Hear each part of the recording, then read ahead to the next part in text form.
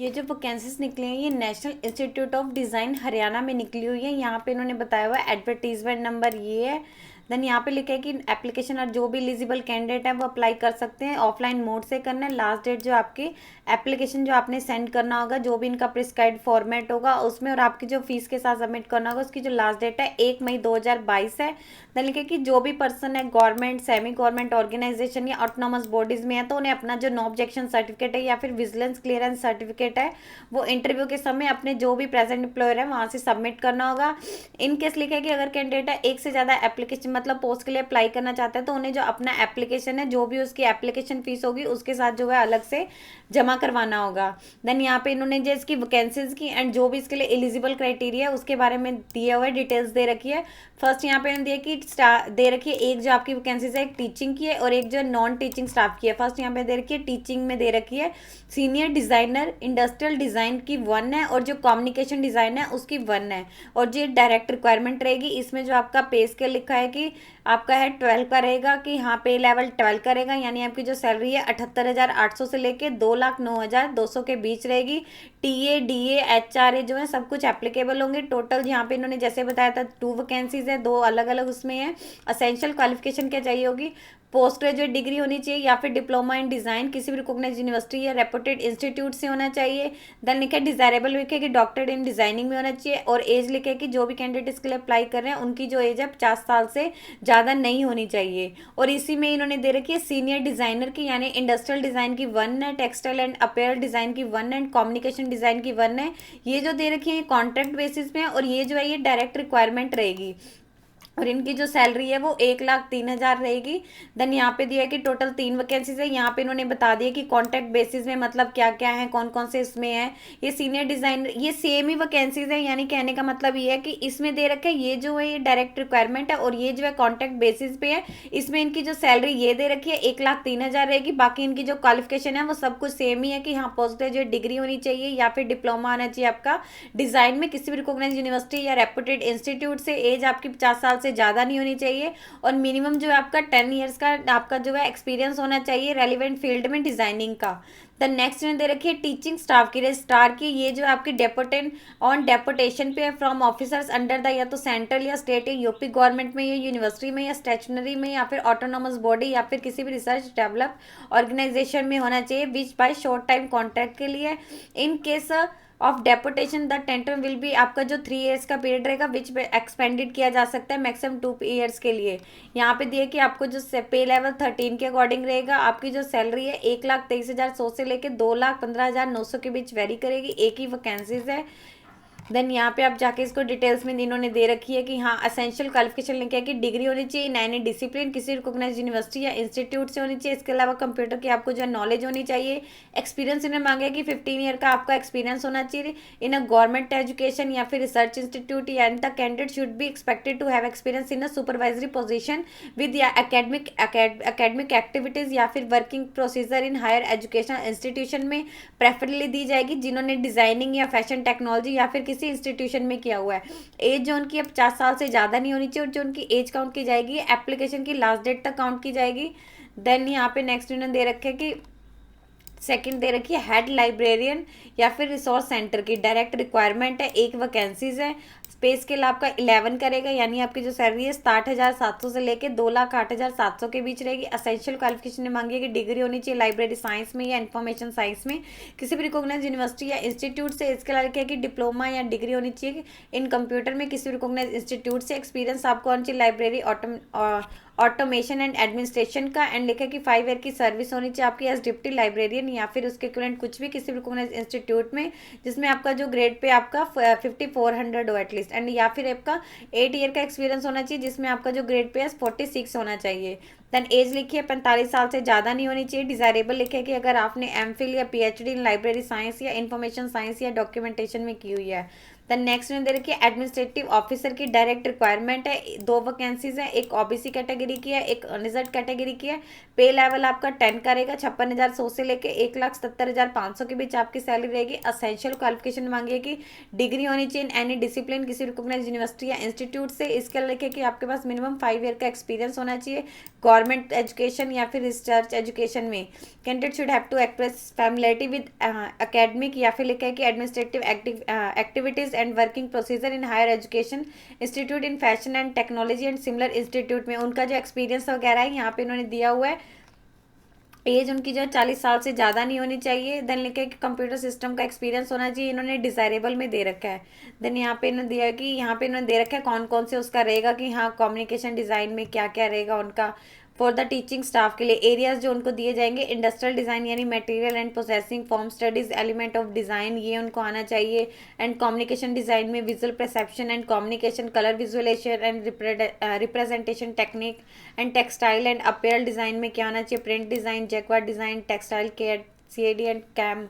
Then यहाँ पे इन्होंने दे रखा है जॉब डिस्क्रिप्शन इन्होंने दे रखी है पोस्ट के अकॉर्डिंग की रजिस्ट्रार की क्या रहेगी।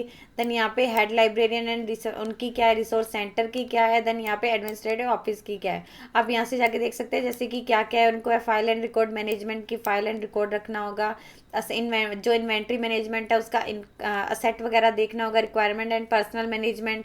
एज रिलैक्सेशन इन दे रखी है कि जो भी रिजल्ट कैटेगरीज है उन्हें दी जाएगी। Age relaxation for SC, ST, OBC and PWD and ex serviceman को रहेगी जो भी एज पर गवर्नमेंट के अकॉर्डिंग दी जाती है। देन कि no relaxation will be applicable to, अगर कोई एससी, एसटी या ओबीसी का कैंडिडेट है वो अनरिजर्व कैटेगरी में अप्लाई कर रहा है तो उन्हें कोई भी कंसेशन नहीं दिया जाएगा। अगर कैंडिडेट को अपना करना है तो उन्हें अपना जो रेलिवेंट सर्टिफिकेट है वो जमा करवाना होगा। एससी एसटी वालों को 5 ईयर्स की दी जाएगी, ओबीसी नॉन क्रीमी लेयर वालों को 3 ईयर्स की दी जाएगी, जो पीडब्ल्यूडी अनरिजर्व है उन्हें 10 ईयर्स की दी जाएगी। देन जो पीडब्ल्यूडी प्लस ओबीसी की हैं उन्हें 13 ईयर्स की दी जाएगी, और जो इसी में एससी एसटी में आते हैं उन्हें 15 ईयर्स की दी जाएगी। लिखा है कि उनका जो डेट ऑफ बर्थ का प्रूफ काउंट किया जाएगा वो एसएससी या फिर senior secondary school leaving certificate या फिर उनका बर्थ सर्टिफिकेट एक्सेप्ट किया जाएगा, कोई अदर डॉक्यूमेंट नहीं रहेगा। और जो भी उनकी डेट ऑफ डिटरमाइन एलिजिबिलिटी है, जो भी उनकी qualification and experience and age limit है वो एप्लीकेशन की लास्ट डेट तक जो भी उनका कंप्लीट हो जाना चाहिए। एप्लीकेशन जो उन्होंने फीस पे करनी है नॉन रिफंडेबल है, 1000 रुपीज़ की है जो दोनों के लिए teaching and non teaching staff है। डिमांड ड्राफ्ट उनको बनाना होगा। इसके जो भी लिखा है कि शेड्यूल बैंक में favour of NI national institute of design payable at Kurukshetra इसके फेवर में बनाना है। इसके लिखा है कि SC, ST and PWD and women को कोई भी फीस पे नहीं करनी है।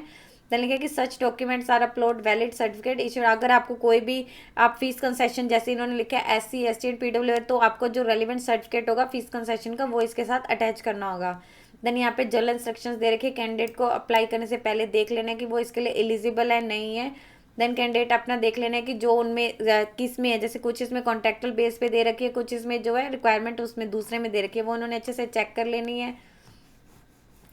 देन यहाँ पे वही है कि हाँ जो भी डिसीजन होगा यहाँ पे लिखे कि एनआईडी हरियाणा उनका ही रहेगा कि हाँ किन्हें मतलब उनके एलिजिबिलिटी क्राइटेरिया से रिलेटेड जो भी वर्क होगा।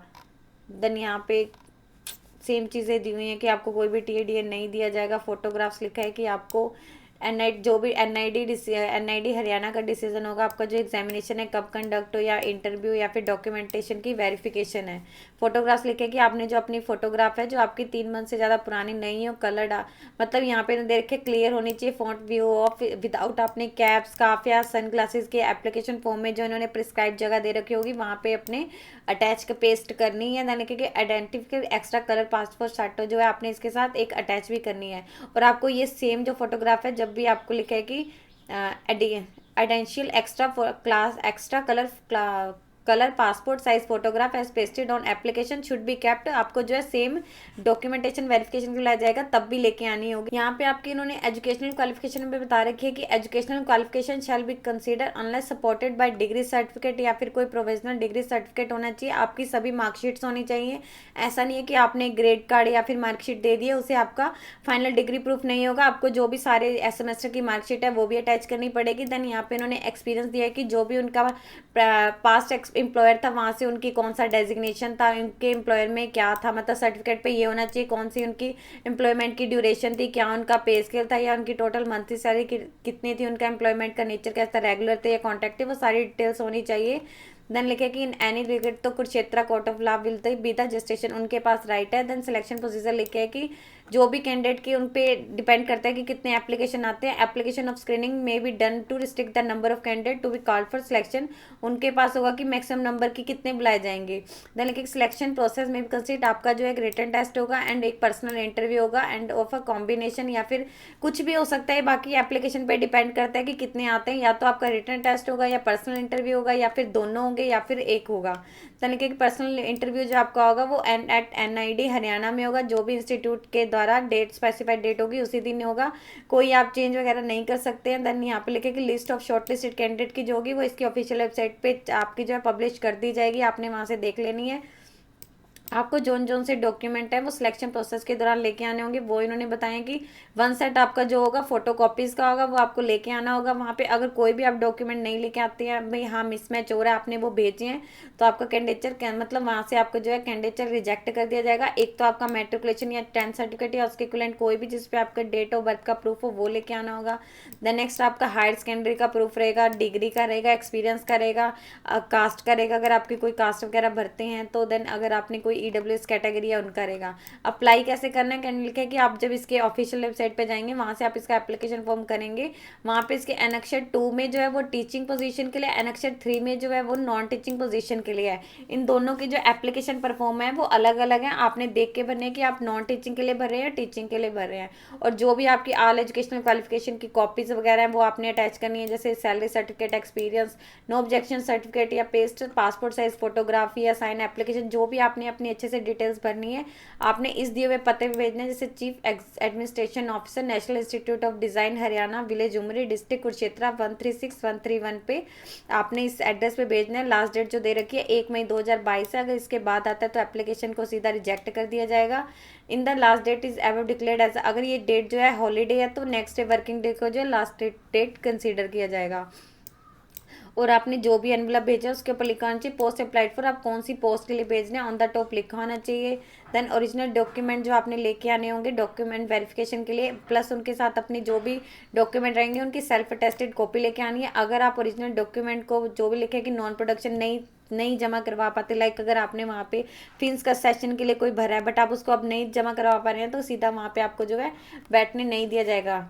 देन यहाँ पे लिखे कैंडिडेट को इसके ऑफिशियल वेबसाइट पे लगातार विजिट करते रहना है, कुछ भी जानकारी चाहिए वहाँ से मिल जाएगी। वही है यहाँ पे इन्होंने इसका दे रखा है कि अगर आपको नेक्स्ट आगे इन्होंने फॉर्मेट दे रखा है शेड्यूल कास्ट का या कुछ भी ऐसा है, आपको यहीं से इसका परफॉर्मा मिल जाएगा कि हाँ कहाँ पे है। जैसे यहाँ पे इन्होंने दिया हुआ नीचे ये इकोनॉमिक वीकर सेक्शन का है, ये किसी और का है, तो आपको यहाँ से मिल जाएगा कि हाँ एप्लीकेशन आपको यहाँ से मिल जाएगा कि आपने एप्लीकेशन फॉर्म ये भरना है, ये टीचिंग स्टाफ के लिए है तो इसके नीचे जो है नॉन टीचिंग का दिया होगा, आपको यहाँ से जाके इसका एप्लीकेशन फॉर्म भरना होगा, प्लस जो भी डॉक्यूमेंट है वो इसके साथ अटैच करनी है। जो भी आपको लास्ट डेट दे रखी है उससे पहले पहले आपने जमा करवा देने हैं। यदि आपको इससे रिलेटेड और अधिक जानकारी चाहिए तो आप इसकी ऑफिशियल वेबसाइट पर जाकर चेक कर सकते हैं, जिसका लिंक मैं आपको डिस्क्रिप्शन बॉक्स में डाल दूंगी। यदि आपकी इस वीडियो से रिलेटेड कोई भी क्वेरी है तो आप हमें कमेंट सेक्शन में लिख के बता सकते हैं। वीडियो अच्छी लगी हो तो प्लीज लाइक एंड शेयर। इस तरह के और इन्फॉर्मेटिव वीडियोज को देखने के लिए आप हमारे यूट्यूब चैनल को सब्सक्राइब कीजिए।